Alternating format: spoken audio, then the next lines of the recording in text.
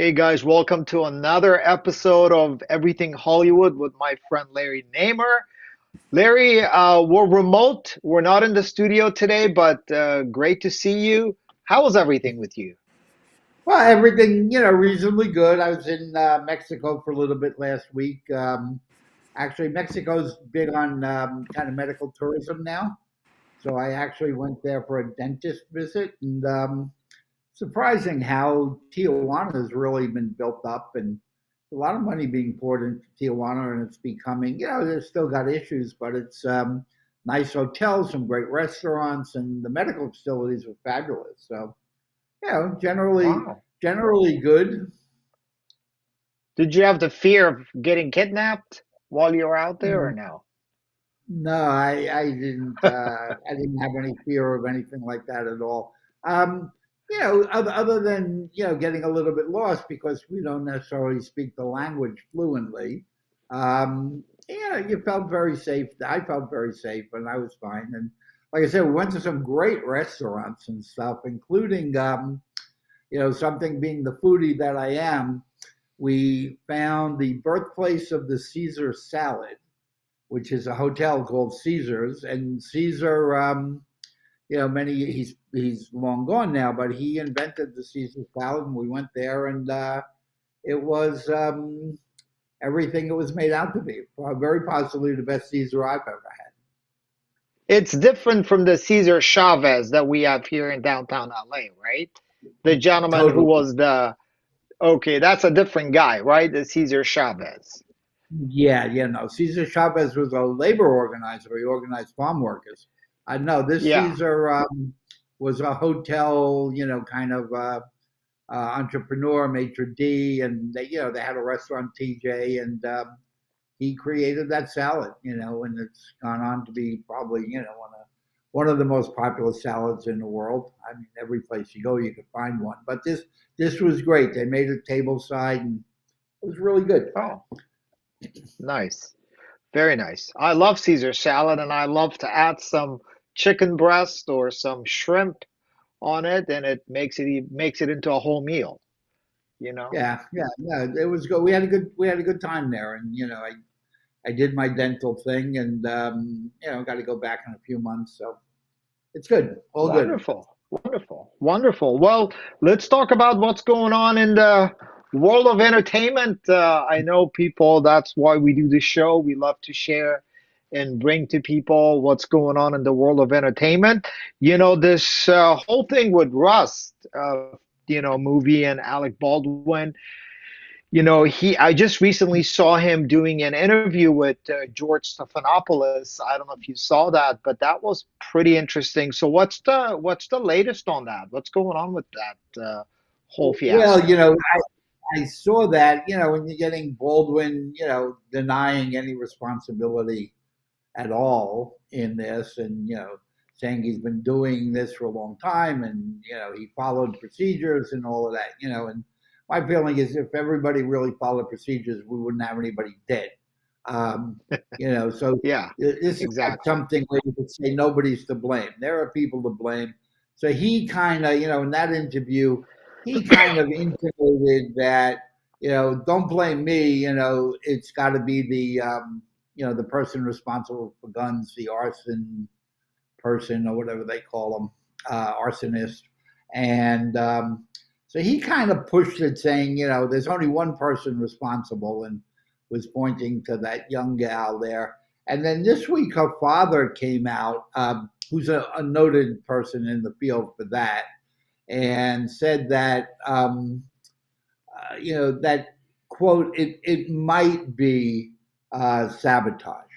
Might. He didn't say that it's definitely, but kind of threw some doubt on whether or not it's really his daughter's fault. And so I think you've kind of got the blame game going here, where everybody's trying to lay it off on someone else and not really take responsibility. In my opinion, the producers of that film, they hired all the people. They're responsible for the budgets, the making of the film, the safety of the crew, the all of that kind of stuff. And I think collectively they're responsible.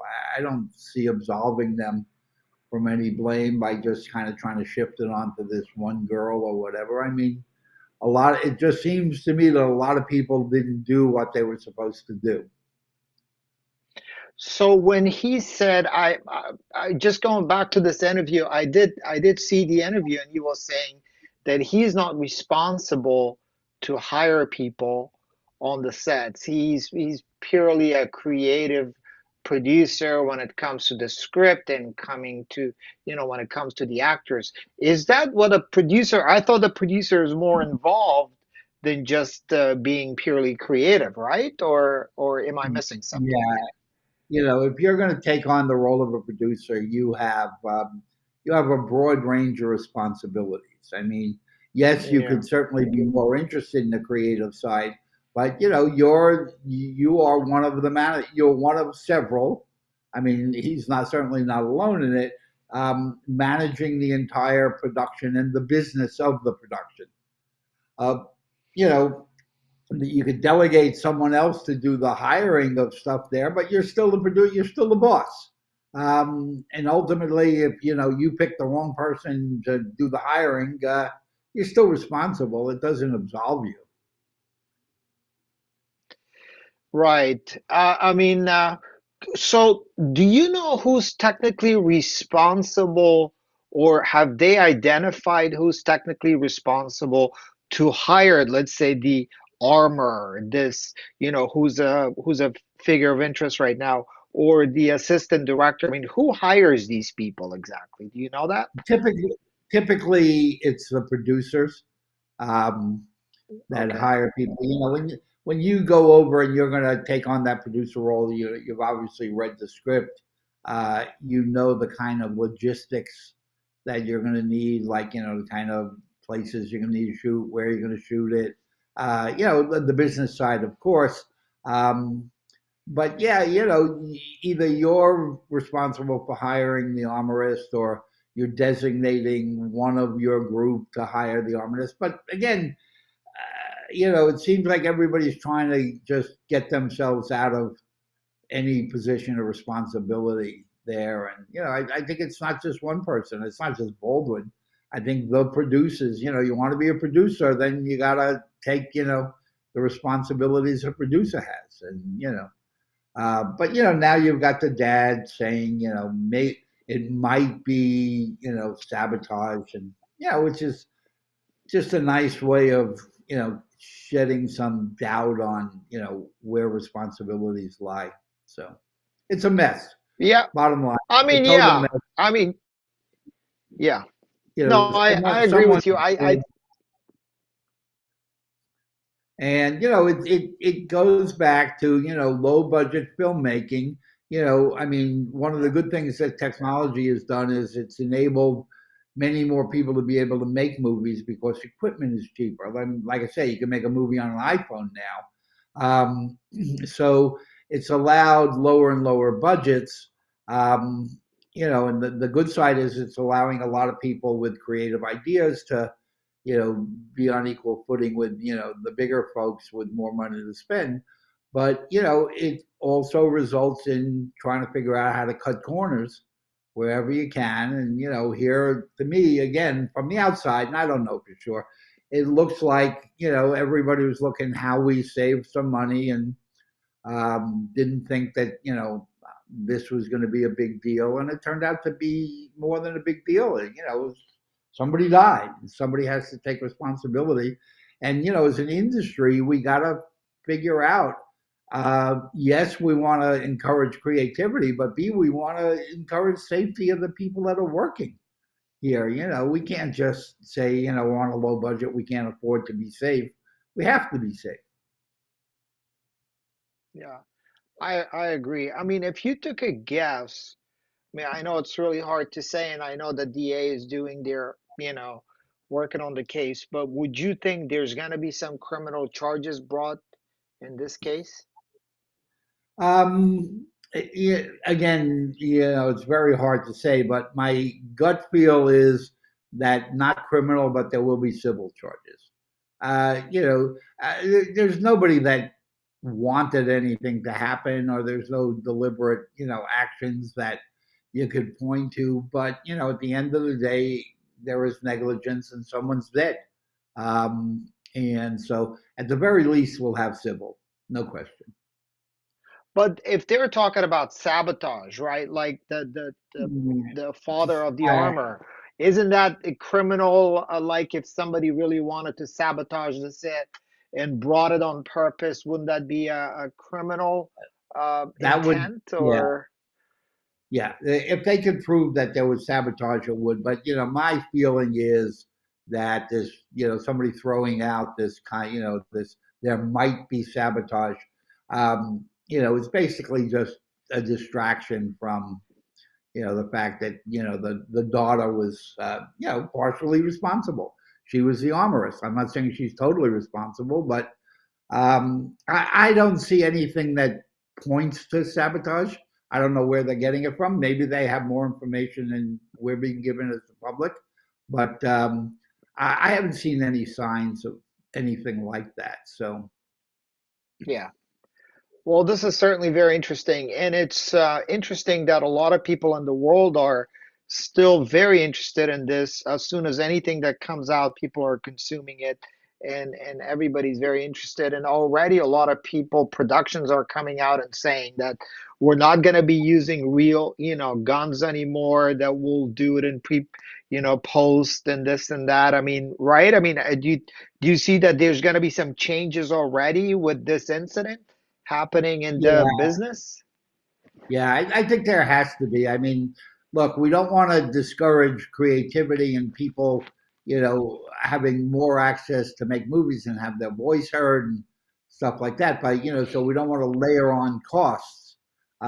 But again, at the end of the day, we have a responsibility as an industry to make sure that our people are safe, that all filmmakers and all people that are on those sets are, 100% safe, and this stuff can't happen again.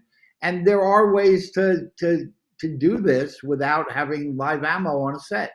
It's not like there's not, like it's going to look silly or something. There are ways that you can make this look great without taking a chance on somebody getting shot. Yeah.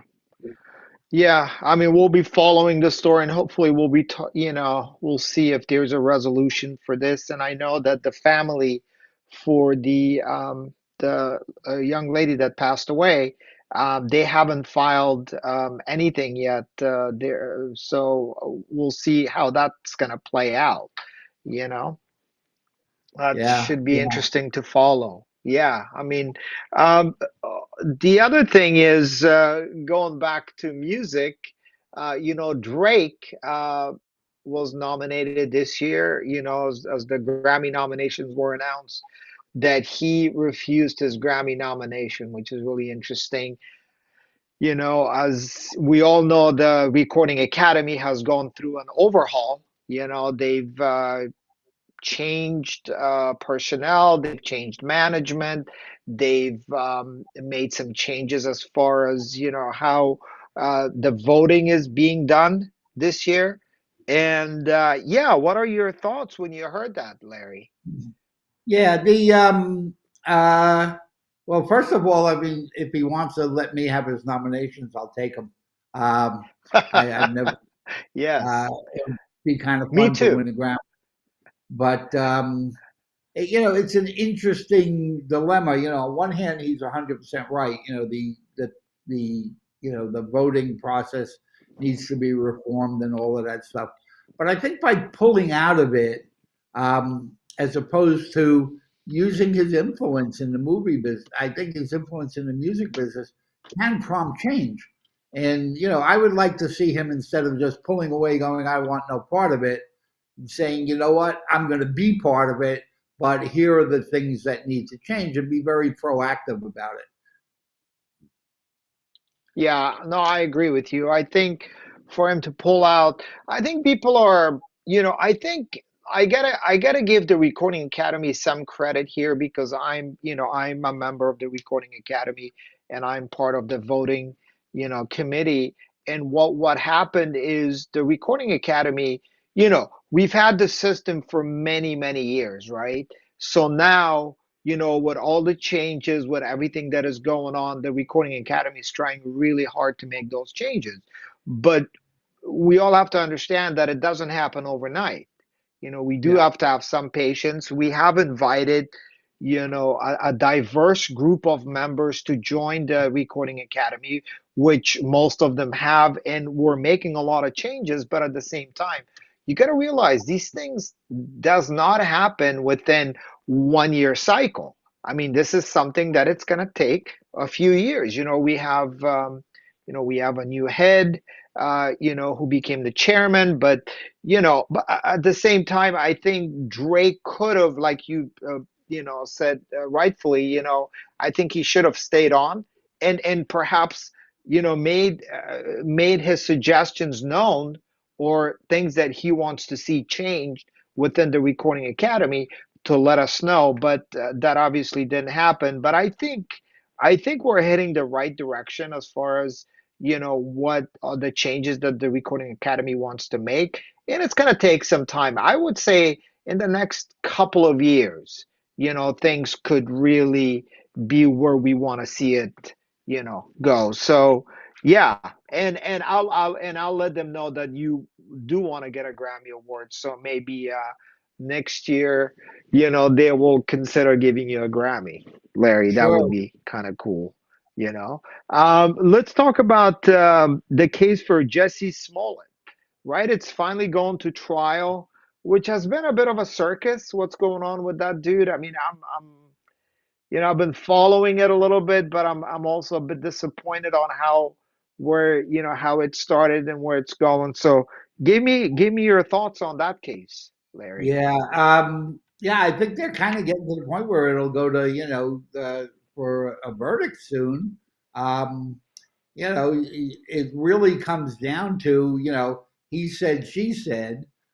He's Yeah, saying that these guys did X, Y, and Z, and these guys are saying, wait a second, he paid us to do those things, and who's the more credible witness here? My personal opinion is he started something going down the road to try and enhance his position with the TV series and whatever, and it went wrong. That's my but again, it's based on my listening to both sides and judging which I think is probably telling more of the truth. I don't think that either one of us telling the total truth, but I don't think he's without blame in this. I don't think there was this racial attack on him or anything. I think that once it was discovered what this plan was, um, they needed to invent something to kind of give him credibility and stuff. But it's going to the point where the verdict will be within the next few days, from what I understand. And again, it's who's the more believable side here, because there's no hard evidence either way to show who's telling the truth and who's not. It's who's telling the story that's more believable.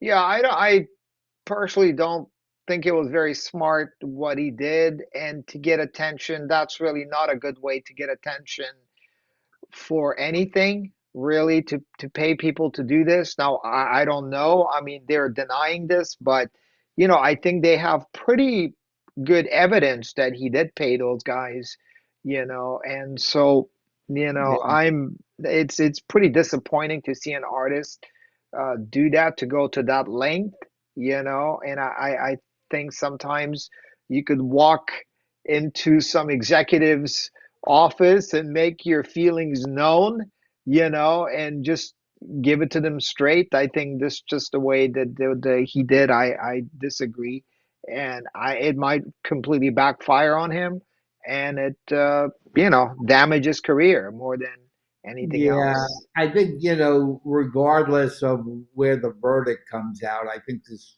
clearly did damage to him, because Yeah, even if it's decided in his favor and against the other folks, um, there's still a lot of people, myself included, that have doubts. Uh, so he may get exonerated in the court thing, but and then you have the court of public opinion. How many people really would believe that and stuff. So I think it hurts him anyway. Any way you look at it, I think this has hurt him as an Yeah. artist. I agree with that. So yeah, we'll see what happens with that. And Larry, when we thought things were gonna be fine, that we're out of this pandemic, and we thought everything almost looking like I'm pre-planning my Mm. tour for next year and everything. Now we're hearing about a new variant that is um, it's not looking good. I mean, we don't have a lot of data on it yet, but from what I'm seeing and from what I understanding, as you know, my wife is in that business. It's not. It's not looking great. What are you hearing about it, and is it affecting our business at this point, or maybe because we're at the end of the year, things are kind of slowing down as it is, so it may not affect it as much now. But what are you seeing going forward, or what are you hearing from the people in Well, the business? well, the Delta obviously is with us in this Omicron. I think if you just go back a few weeks, the kind of the reporting and the predictions for Omicron were a lot more serious than they've kind of turned out to be. I mean, it was really uh, incredible the amount of negative stuff that was there. A lot of places closed their borders and stuff like that. So in that sense, yes, it's affected production around the world because everybody thought that closing their borders would protect them from getting it in their country. I think we've kind of learned that unfortunately in the modern world that doesn't work. Closing the borders isn't necessarily the way to keep it out. Um, but in recent days, and I really do mean days, I think the reporting at least has begun to say, well, it's not good, but it's not as bad as we thought. Um, Mm. that the vaccines seem to, while again the jury's still out, the vaccines still have shown that they are reasonable protection. That if you get it, you probably will have a milder case or wouldn't require you wouldn't die and probably don't need a hospital and stuff like that. So you may get a mild case, and so I think that's beginning to normalize. We've seen it hit the stock market on all the entertainment companies as well as the electronics companies took a big hit when there was that real scare. But I think that's begun to tone itself down a bit, and I don't think we'll see a lot of anything before the end of the year because the media world kind of stops now until the second week of January. Everybody's kind of off and stuff. But all the things we used to do, go to Hawaii, go to Mexico, go to Aspen or Vail skiing or things. Those are not happening the way they used to. Uh, I used to go away every Christmas and um, just not doing it this year. Staying home and do Christmas with family here. Um, the next big thing for me, which I'm going to see, is Sundance. Sundance comes up, that third week in January. And I haven't been in a few years, and I was really looking forward to it. And I'm hoping that Sundance does come off. I mean, it'd be nice to go. It's nice to get away every once in a while. I just came back. I was speaking at Northwestern University, Kellogg School, the MBA program there. And, so it was great. I got to go to Evanston and, great campus scene and stuff and talk to students. And it was just such a pleasure to get out of LA for a little bit. So I'm looking forward to Sundance and I'm hoping it happens. But I think right now it's 50-50.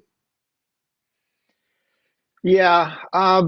Do you know if they made the announcement if Sundance is moving forward, or they haven't? I mean, have they made the announcement yet, or how does that work? They put it this way: they were planning on having it live, and they have not canceled it yet. So as of Hmm, today, Sundance is happening. I see. But you did go to Mexico. But that's, Yeah, that was that was for the dentist, but yeah. yeah, that was a different, that was not a vacation trip, I guess. But yeah, no, I agree with you. I think, look, I think this is gonna keep, coming every year, with different variants. And I think it's something that we might have to just kind of get used to. It's kind of like the flu, right? I mean, every year we deal with the flu, and we get a flu shot and it just keeps going, and there's people that get really sick from the flu every year. And Yeah, I mean, yeah. that's, I I get think, I get the flu shot every year, and it's been good. Um, I got my two Moderna shots. I just went and got the booster, and so I'm looking at it saying, you know what, I got to get back a little bit towards life. yeah. Um, I kind of think of everything and I think of what the real value is. Do I need to do this? Do I want to do this? Where before I would just travel without really giving it a lot of thought. So I kind of weigh that stuff out now. But I feel that yes, I could take more chances now than just a few months ago, and that if I get something, I'm gonna survive it. And that's at the end of the day, if I have to stay in bed for 2 or 3 days and it brings me the luxury of travel again, I'll take that chance then. No, I think we're definitely being way more selective in the things that we do, right? I mean, I just got my booster in the flu shot same day, which kind of put me down for like a day or so because that was kind of heavy to do. But honestly, now when something comes in, I know the Grammys are coming next month, so I'm invited to some gifting suites and things like that. I don't automatically because, it's a lot of friends, there's a lot of people that we know. I mean, the same people that you and I know, we go to these things. I don't automatically say yes anymore. It's more like, Yeah, I don't know because we're obviously being extremely cautious to be in public. Right now, I'm only going places where if I present an award, like the Chinese American Film Festival, as you know, that we've gone together for many years, stuff like that. Or next Friday, I'm doing something where I'm performing with Tony K. I'm doing something with him, stuff like that, which it involves me actually participating. But if it's not like that, then I sort of, stay away from it. Maybe I'm being overly cautious, but of course, as you know, my wife, she always, she's discouraging me from attending these, events as it yeah, is. So, and the funny thing is now they don't invite the spouse. They just tell you it's just you, right? They yeah, don't uh they don't invite them. So I think it's going to be a different world in 2022. I think as we go to the new year, I think things will change. Definitely. It's not going to be the same, I think. yeah. No, it changes, and I think this whole virtual world, becomes more relevant now, and I mean, you really need to be in an office 5 days a week, and I Yeah. can't think of many cases where you have to be. I mean, once in a while, I think you got to go and meet your colleagues and stuff, but you really need to drive to work. So I hope that there's some positive results, like traffic is reduced, therefore emissions are reduced, and so you'd have less stress driving, you'd have less, pollution in the air. Yeah, in LA, it's been, I just mentioned to someone yesterday, the positive thing is that the restaurant scene in LA has begun to take advantage of the wonderful weather we have. I mean, before everything was indoor, and now just about every restaurant I know has got, a little bit of outdoor seating. And I think it's wonderful. It should have been that way before COVID. Yeah. No, I think it's nice as they're expanding and going into the street a little bit, Yeah. by the city. They've been allowed to do that. I think that's wonderful. But yeah, Larry, anything else you want to discuss, before we go? I mean, I haven't seen you in a little bit. Always great to, you and I can sit here and chat for hours. And yeah, I mean, do you have any projects? What are you working on? Tell me a little bit. I know last time we talked, you've been working on, Yeah, my two this.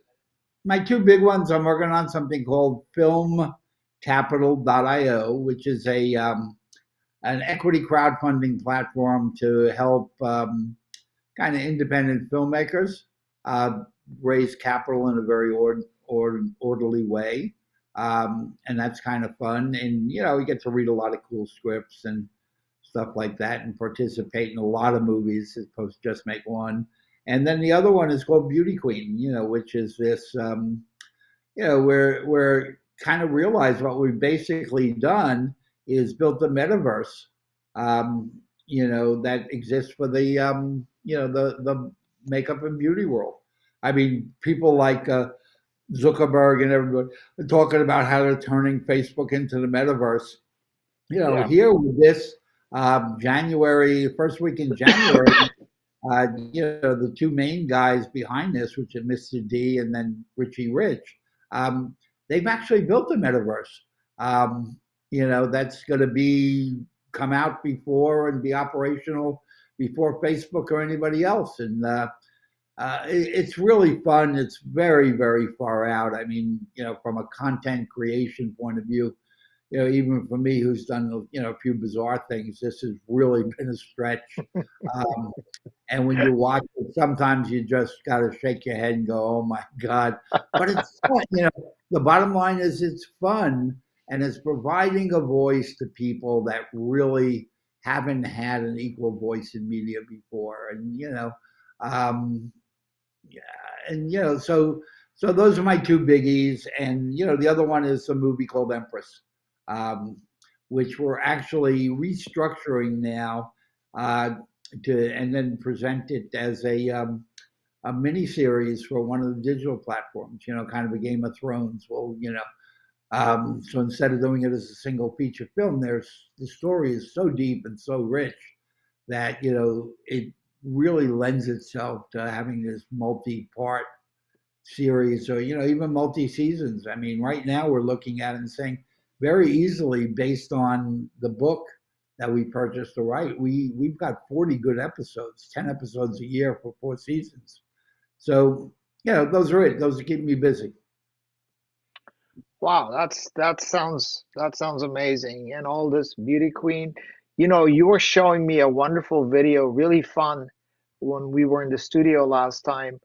The from Beauty Queen. I mean, is that available for the public to see? I'm just asking you because I really enjoyed that video. I don't know if people can watch that or is it going to be coming out later? You were giving me a little preview. Yeah, it'll be out the first week in January, and Okay.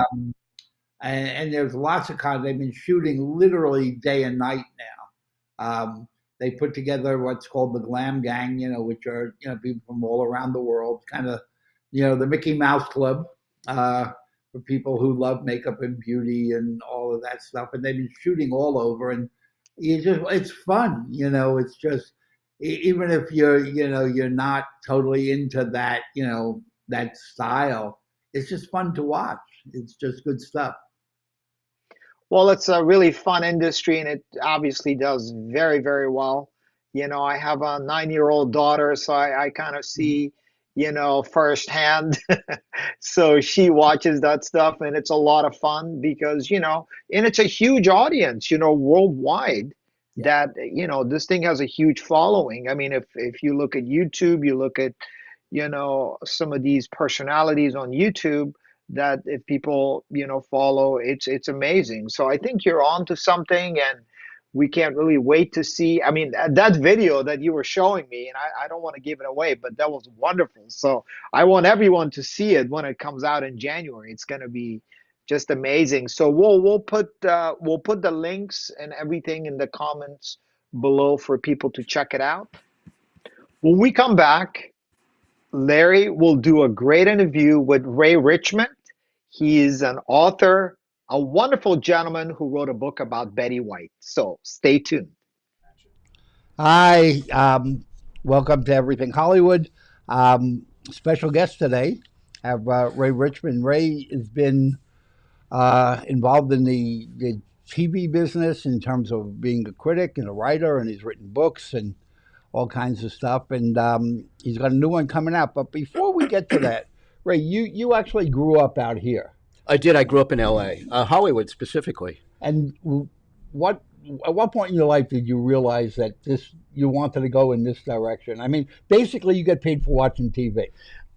It seemed like the perfect job all along. I'm like, wow, that's the gig to have, because I watched it all the time anyway. But yeah, I realized early on that I wanted to be a journalist, but I thought I wanted to be a sports writer initially. And then I realized, no, you got it. All your nights are taken up when you're a sports writer. So I was like, screw that. And uh, they needed a TV critic in 1984 at the LA Daily News when I was working there. Somebody had quit, and they said, "You watch TV? Yeah. You want to write about watching TV? Sure." And that was my full time job. I thought, Not a bad you one. know, Hill Street. It was kind of a little bit of a golden age. Cosby Show was coming on. We didn't know the kind of guy Cosby was at the time, and it seemed like the golden age. Yeah. But things in hindsight aren't quite always what they seem. Right. And you stayed out here and your family is living out here and Yeah. you've got a son in the business. Did you push him or did he pick that Oh no, no, direction he picked himself? it. Well, he's a podcast producer. Oh, okay. Yes, and my daughter actually works for Spotify. Excuse me, not Spotify, Shopify. I always get the fies mixed up, and it is doing really well and is working right now back in New York with uh, uh, a whole lot of people in the business, and is doing great. And no, I mean, despite my best efforts in telling them, no, no, no, don't do that, don't go into Hollywood, don't go into show business, they ignored me, thankfully, because they're doing well. That's great. Yeah, I go through the same thing, and I try to warn my kids about it, but you know what? If you're out here, it's all around you. It It's is, all around you. and it seems like a good idea. So they do it, and you know, following in Betty White's footsteps.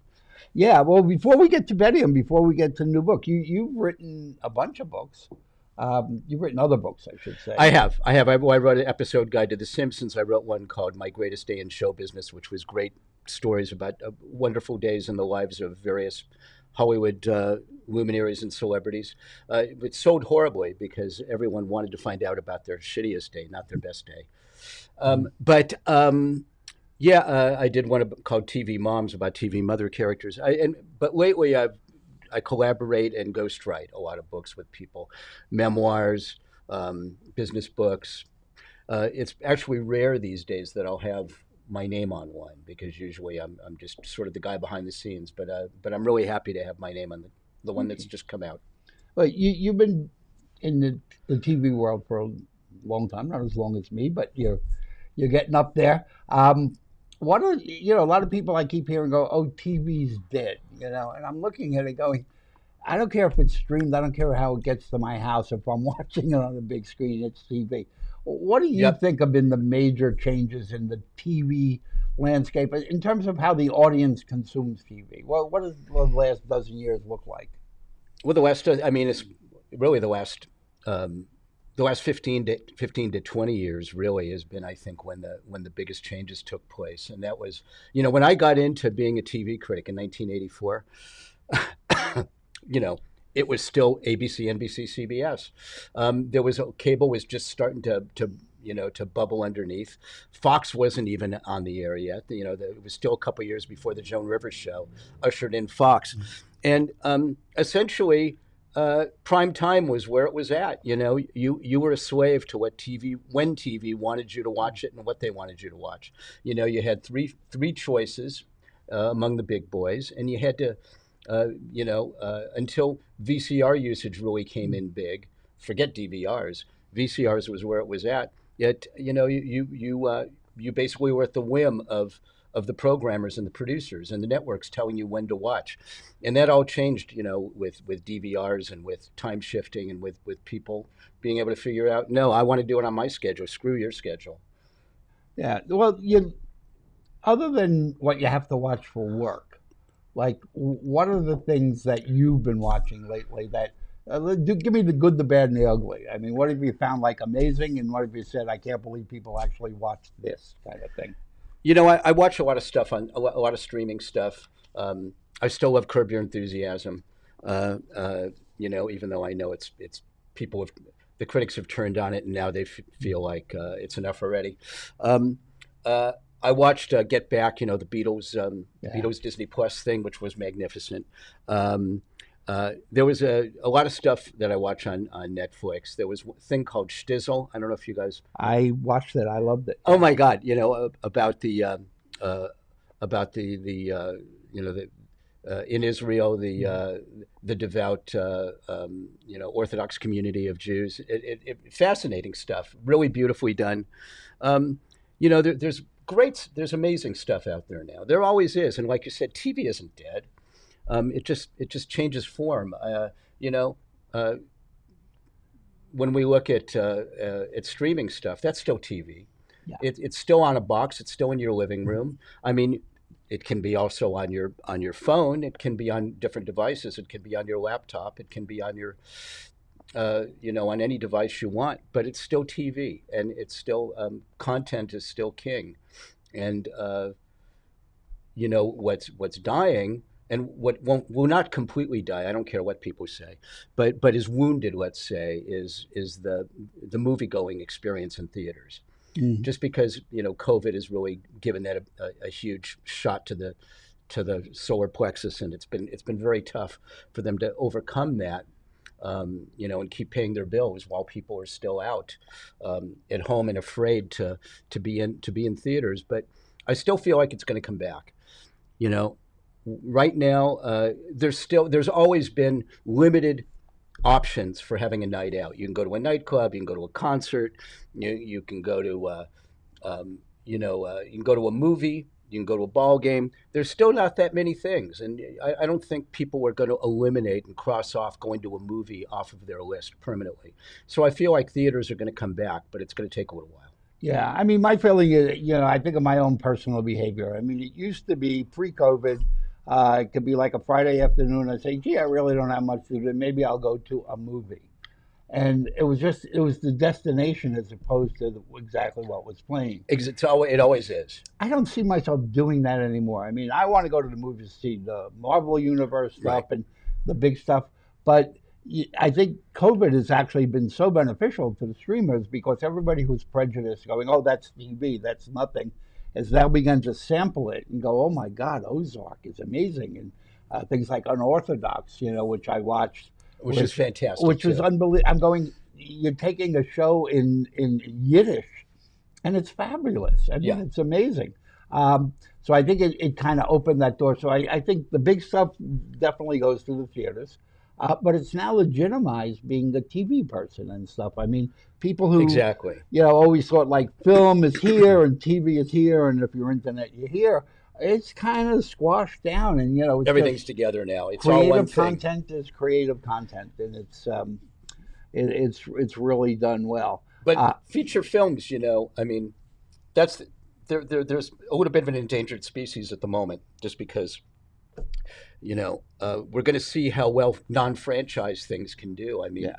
they're always going to still have the Avengers and the Spider-Mans and all that stuff, but it'll be interesting to see how Spielberg's remake of West Side Story does. Yeah, I'm looking forward to that. Actually, we had the fortune interview George Chakiris not too long ago, who looks amazing. I mean, it was just Oh incredible. yeah, no, he's like in his mid 80s, right? I think he's close to 90 Mm. now. Looked fabulous and still totally coherent. And I just remember that movie. So yeah, I'm really dying to see that. But let's get to the latest project. Let's get to Betty White. I think you brought the book with you, right? I did. Show everybody the cover. Okay. Now, Betty, if I'm correct, I think Betty is coming up What do you just on keep it right there? No. birthday 100 soon. She is. She's turning 100 January 17th. It's going to be kind of a national event, and in fact, it's going to be a legal holiday because she turns 100 on Martin Luther King Day. Oh wow! Oh, so so she's really coming up quickly. Yeah, we're as we sit here today, we're under 6 weeks until the big day, Wow. and she's not, from all accounts, she's been isolated during COVID. Hasn't kind of in uh, basically huddled together with, with caregivers, and somewhat frail from what I understand, sadly. But when you're 99, if you're still upright, you're doing pretty well. And from all accounts, her mind is still completely clear, and she's doing well. And I hope she's in good enough shape to make some kind of appearance on her 100th. Yeah, I mean, she's been in the business since the 30s or 40s, or Yeah, well, since the 40s. She didn't start that early. She kind of, she was born in Oak Park, Illinois. Came out here with her parents when she was a toddler. Lived in Beverly Hills. But she wanted to be first she wanted to be a writer, then a singer. She wasn't really sure about showbiz until really the mid 40s when she got into radio and started doing radio plays and commercials, and that kind of morphed into TV. But in 1939, it's an amazing story. When we talk about Betty White being the first lady of TV, she literally is the first lady of TV, because in 1939 February she had just graduated high school. They wanted to do an experiment. There was no such thing as television at the time. They did an experimental TV transmission from a Packard auto dealership in downtown LA. And she and the student body president of Beverly Hills High, they sang the Merry Widow operetta on camera to see if the pictures and the sound would go from the sixth floor down to the first floor of the building. And it worked. 2 months later, conventional TV transmission began at the New York World's Fair in April of 39. She was first. That's amazing. It's amazing. And you compile this book based on really digging in and doing research on her, as opposed to necessarily doing personal interviews with her, right? Yes, and in fact, we had lobbied Betty's agent Jeff Witches for a while, and saying, please, we really want to include her here. We'll give a huge amount of the proceeds to her favorite animal charity, whatever would work. But basically, he was like, no, those days are gone. She's not really in good enough shape to participate fully. So that was disappointing. But yeah, so I threw myself wholeheartedly into the internet and research, and spoke to also a lot of people she'd worked with on Mary Tyler Moore. Ed Weinberger is still around, one of the writers. Yeah. Ed is still there, Ed period Weinberger. And people that she worked with on Golden Girls and Hot in Cleveland. And, they gave me wonderful anecdotes and stories about her. And the thing about Betty is, the deeper you dig, really the better she is, the better she looks, the more impressive she gets. A lot of people, you dig underneath and you're like, yeah, they were really kind of a schmuck. Not her. She is literally as great as they come.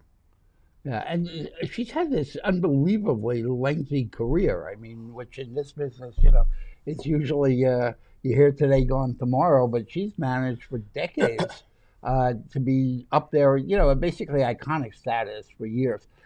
In your opinion, what's been the driving force of that? What's kept her in the game so long? She's still got a good mind, and she's still, she didn't necessarily have she didn't have family to divide her attention. You know how a lot of people, like, oh, I'm leaving to spend more time with my family. Well, her family was everybody she worked with. She didn't, she was married 3 times, but twice really badly and once very well, to Alan Ludden, the Password host. Oh, yeah. From 1963 to 81. He passed, 40 years ago. And after that, she essentially just threw herself into her career, and that was whoever she was working with became her family, and her friends, of course. So she didn't necessarily have anything to retire to. Her retirement was to change shows or to do more guest spots. And it's amazing, people think they know, well, Betty she was on Golden Girls and Mary Tyler Moore and Hot in Cleveland, but she's done everything. I mean, she's been a celebrity contestant on more game shows than any other human being. Password, I've Got a Secret, What's My Line. She was on everything, dozens, sometimes hundreds of times. She did a soap opera, The Bold and the Beautiful. She did parade coverage. She was the host for 15, 20 years of Macy's Thanksgiving Day Parade and the Rose Parade. She's just been everywhere. And she's up for anything. I mean, she became basically David Kelly's kind of chew toy for a while, where he would throw her into uh, the practice in Boston Legal, and and just have the most foul-mouthed, horrible things coming out of her mouth in the script. And she went on. She did the Comedy Central roast with William Shatner and was holding her own with the worst of these guys. So she could swear like she's up to do anything. She knows her brand, but her brand is remarkably vast. You think you know her, that she's that she's incredibly wholesome, but she's not really all that wholesome. She's got this really wicked side too.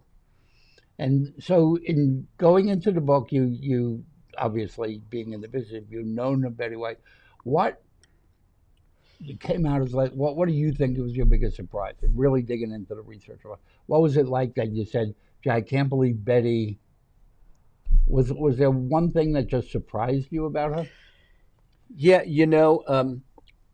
I was surprised just because she'd been around so long. I couldn't imagine that she could have gone so far back in time. I couldn't believe that she would literally have been a pioneer of, and one of the first faces, and a producer on television. I mean, before there was anything called a glass ceiling, before there was a glass and before there was a ceiling, she was there producing a show called Hollywood on Television, where it did 5.5 hours, 6 days a week live, just completely vamping and doing it. It's unbelievable to even imagine how somebody could have done that today. Everything is scripted to within an inch of its life on Saturday Night Live every week. Not her. Oh my God, They didn't have breaks for commercials because they had no tapes. So she would be there. She would be there, doing the commercials on the fly, holding the product, throwing it away, and then keeping going. There's footage of it on YouTube. It's remarkable to see now.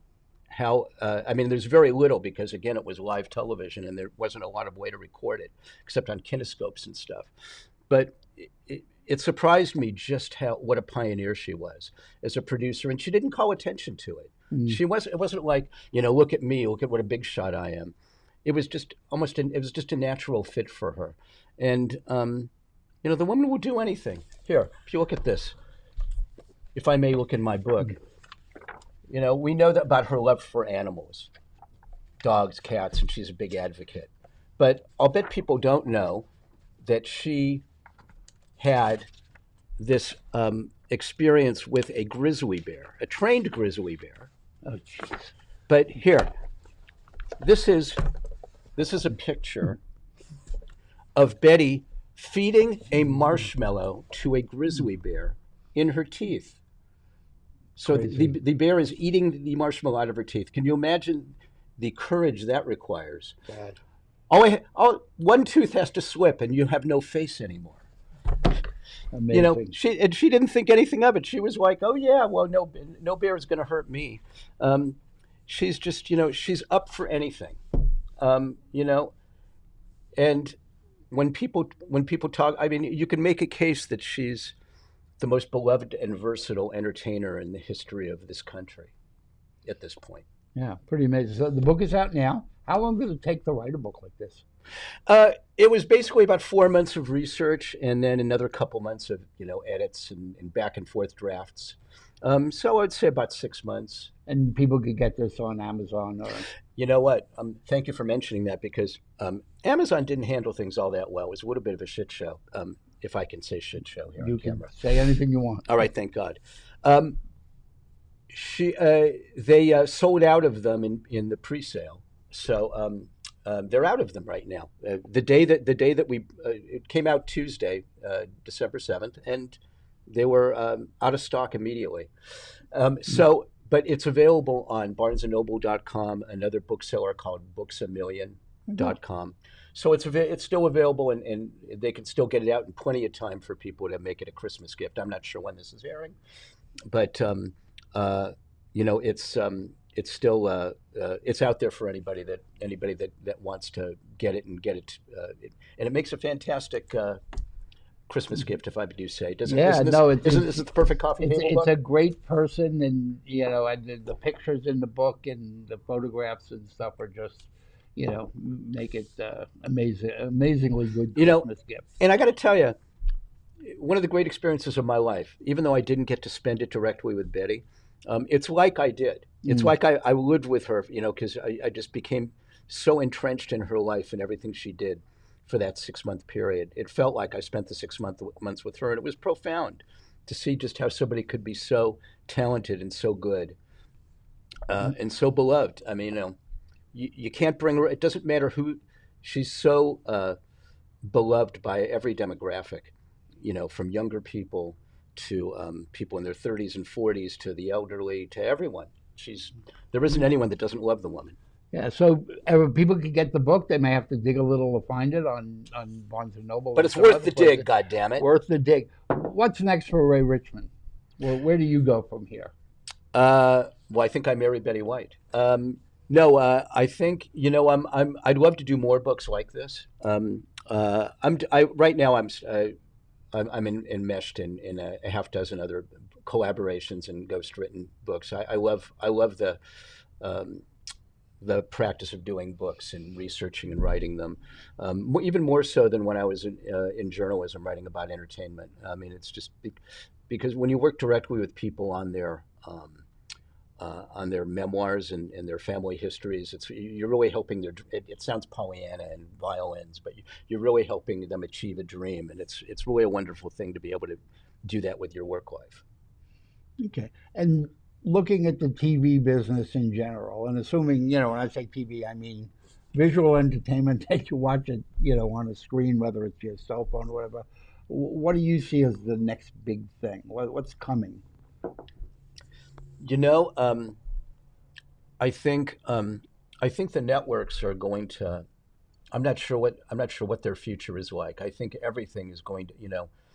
Streaming is just going to take further and further hold. It's going to be out there. It's going to, the devices. It will be, you'll be able to watch anything at any time. Um, Anything historically on TV. I mean, it will be. We're going to have. You know how you have iPods for music. I think you're going to have almost an iPod for content, where you're going to Mm. be able to just call up anything from any era, from any period, feature film, television, music, anything visual, any kind of content. You'll be able to have it right there at your fingertips immediately. So, in other words, with all this content, basically everybody builds their own network, kind of. Absolutely, yeah. That's the thing. Is we are all building our own network, and you know, some might say again that makes the movie theater and that experience obsolete, but not. Everybody's always talked about the demise of film, Mm. and when TV came out, that was going to do cinema in, and um, everything ends up coexisting um, uh, just fine. I mean, except for certain things like mailing letters, that obviously Right. is on the endangered list. But in terms of entertainment and content, boy, I mean, just imagine the things that the eras that Betty has lived through in 100 years, going from when she was born and into and a kid, vaudeville was huge, and now here we are with stuff that seemed just futuristic and stuff that you would see on the Jetsons, and now it's reality. I just feel like it's going to get increasingly interesting and more vast. Sure. And so, reporting on the TV or the content business is undergone some major changes. I mean, you actually had one great quote, I think, from when you left the Hollywood Reporter, something about getting off the Hindenburg or It was the something. Give us Titanic. the Titanic. Give us a little background on that one. Well, that was unfortunate, and it was clearly a misfire on my part. I thought, well, the trades, they're gonna die, and I'm just getting out while the getting's good. But that was short-sighted on my part. It turned out that they're doing okay. I mean, I wouldn't say they're thriving, but they're surviving. You can't. It's not like the old days where you'd have Variety and the Hollywood Reporter, and it would be a daily thing, and you'd check the trades to make sure what was going on in the Right. business. You know, that the biggest change journalistically, and the biggest change really in entertainment from when I was young, from when we were young, is the immediacy, is everything being right there whenever you want it, whether it be news, breaking news, whether it be movies, whether it be TV. It still it still just astonishes me that you could push a couple buttons and have almost any TV show or any movie that's ever been almost there at your fingertips for a few bucks or free. Um, Mm. it astonishes. I mean, it's amazing, and uh, I hope I hope we don't get too bored with that. When things are too easy, in some ways it was almost a little more interesting when you had to wait a week for an episode of TV. Right. But it's interesting that some of the even the digital networks are kind of going back to that weekly programming as opposed to just putting it all out on one weekend. Yeah, well, I think people had their fill of binging. There's only so much binging you can have, and then you're like, then you need to resume a relationship with your family. Yeah. Real life does have a way of getting in the way and taking over. Anyway, the book looks fabulous. We wish you a lot of luck with it. Thank I you. mean, iconic figure, and this is the definitive work on her life and her career and stuff. And as you said, perfect Christmas gift for anybody who's ever watched TV. Absolutely, and and even after Christmas, if anybody's watching this, we can. Uh,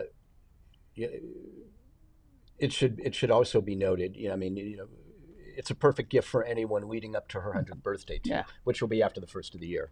yeah. Well, Ray, thank you for coming on, Thank you. and Thanks for we having wish you me. lots of luck with this book. Thank you. Okay. I appreciate it. Thank And you.